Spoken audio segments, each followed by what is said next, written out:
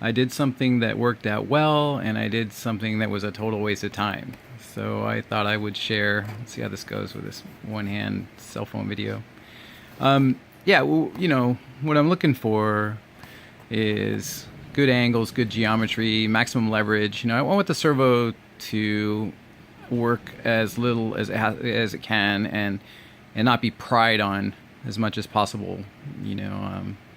Work the way that it was designed to work for its best strength and best longevity. So yeah, I'm always saying what I'm looking for is four things. Sorry about my hand. So at full deflection, you see here, and I've got this thing full deflected. I'm looking for, where's my focus go? There we go. I'm looking for this push rod to be parallel with the servo body. I don't want this arm to be swung over here and the servo arm and the push rod to be lined up, because then I lose all leverage. So that's full deflection there, and that's what I'm looking for. That's bevel to bevel. And if we go bevel to bevel the other way, I'm looking for the same thing. So push rod parallel with servo body. So that's all looking good.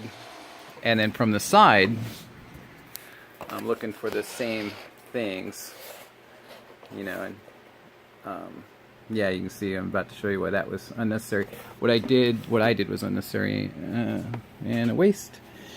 And what I did was I put those spacers there, because I tend to like having the servos be mounted flush with the top of the wing, but these only recessed a little bit, and totally a waste of time for me to put those spacers in there. And what I'll do a lot of times if they're deep, because I want this clearance, because I want the there it goes, the ball joint to be underneath the servo arm, and I want some space so it doesn't cut up the covering. But there's plenty of space, so yeah, that was dumb. Not dumb, don't go too far. Just no reason to put those spacers in.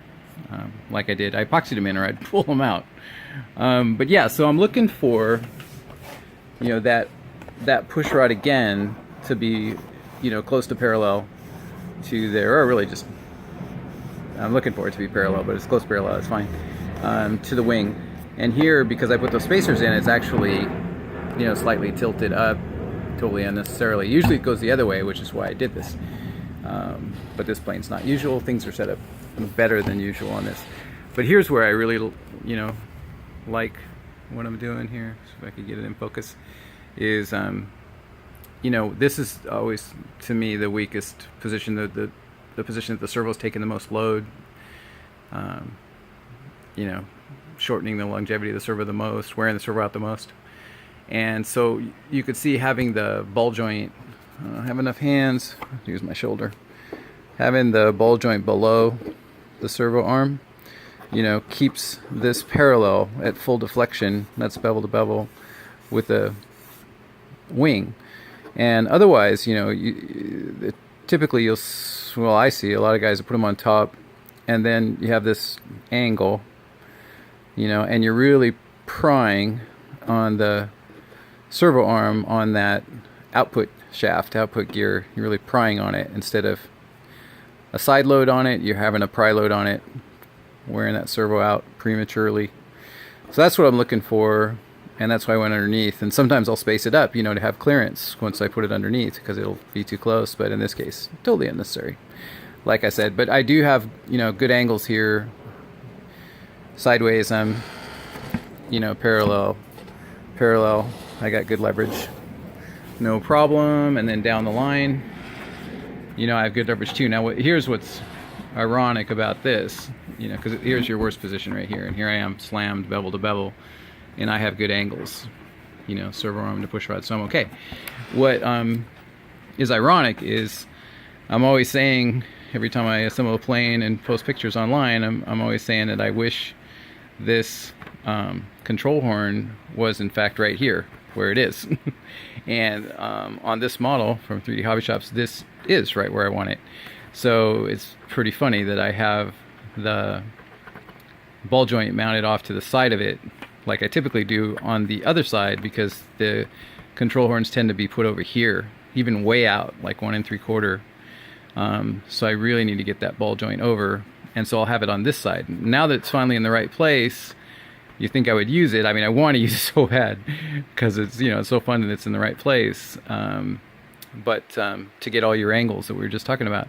But I ended up putting it on the outside the reverse way, which is kind of funny. But you know, for angle wise, this is in the perfect place, but it's so tight in here, I'm not able to have that ball joint in here, even with a couple of shallow diameter, narrow diameter washers for spacers, without having it bind at certain points throughout the range of travel. And you know, that's the thing with me. You know, I'm looking for this to be real free and easy on the ball joint throughout the entire range of travel. Like every point you put it in, I'm looking for that thing to move free and easy. And you know, if I can't get that, then you know, my OCD's working overtime, can't handle it.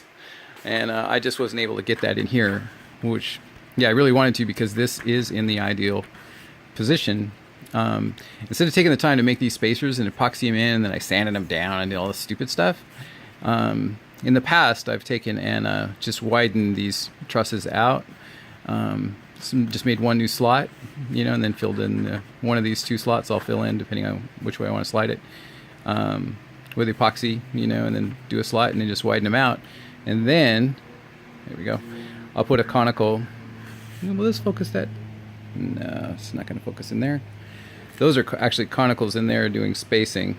And when I do that, I'll have a conical, I'll have the ball joint in the middle, and then a conical on the other side. And then you can really swing the push rod really far in each direction and have no binding at all, which is really a nice thing. There we go, that's better. So I wish I had taken the time that I did to do that, to spread these out, especially since they're in the right place. It would be really fun. It's not that long, you know, I just take a few minutes and I dig out a new slot, glue it in. So I feel dumb that I did that instead of doing this. But ultimately it's still, they put this in such a good spot, as opposed to every other plane I've ever assembled, that I could go on the outside of it the opposite way that I normally go, and I still end up in this worse full bevel to bevel position. I still end up with good angles here. So, you know, I guess I'm pretty happy. I just feel a little bit anticlimactic that I wasn't able to use this good position that they designed it with. But yeah, you know, maybe on 1 1/4 inch or maybe even 1.5 inches, you could get no binding on your ball link in here. But at 1 3/4 inches, I was not able to get no binding throughout the range of travel. I think I even tried it with 1.5 inches and was not able to get no binding. And yeah, you know, guys will just fly with that, but I got a little issue with it.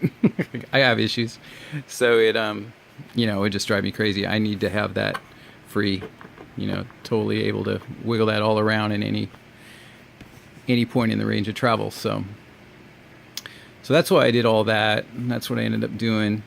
The other thing I wanted to show, and I do it here and I do it underneath, and my cell phone just can't focus on things that are that close, but I like to use it's the same principle back on the other side. I like to, instead of using conicals, I'll use right there a nylon lock nut.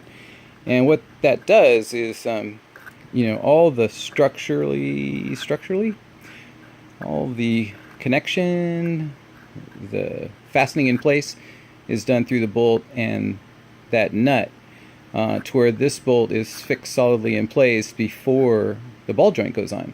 So what that means, you know, I can, and I take another nylon lock nut and I reverse it, because they're beveled, you know, so they end up being like conicals and giving you a lot of freedom throughout the range of motion. And what that means is, since all the fastening structure connection is done here, and when I slide the ball joint on, it can be as free as I want it to be. It doesn't have to be clamped down to hold the bolt in place.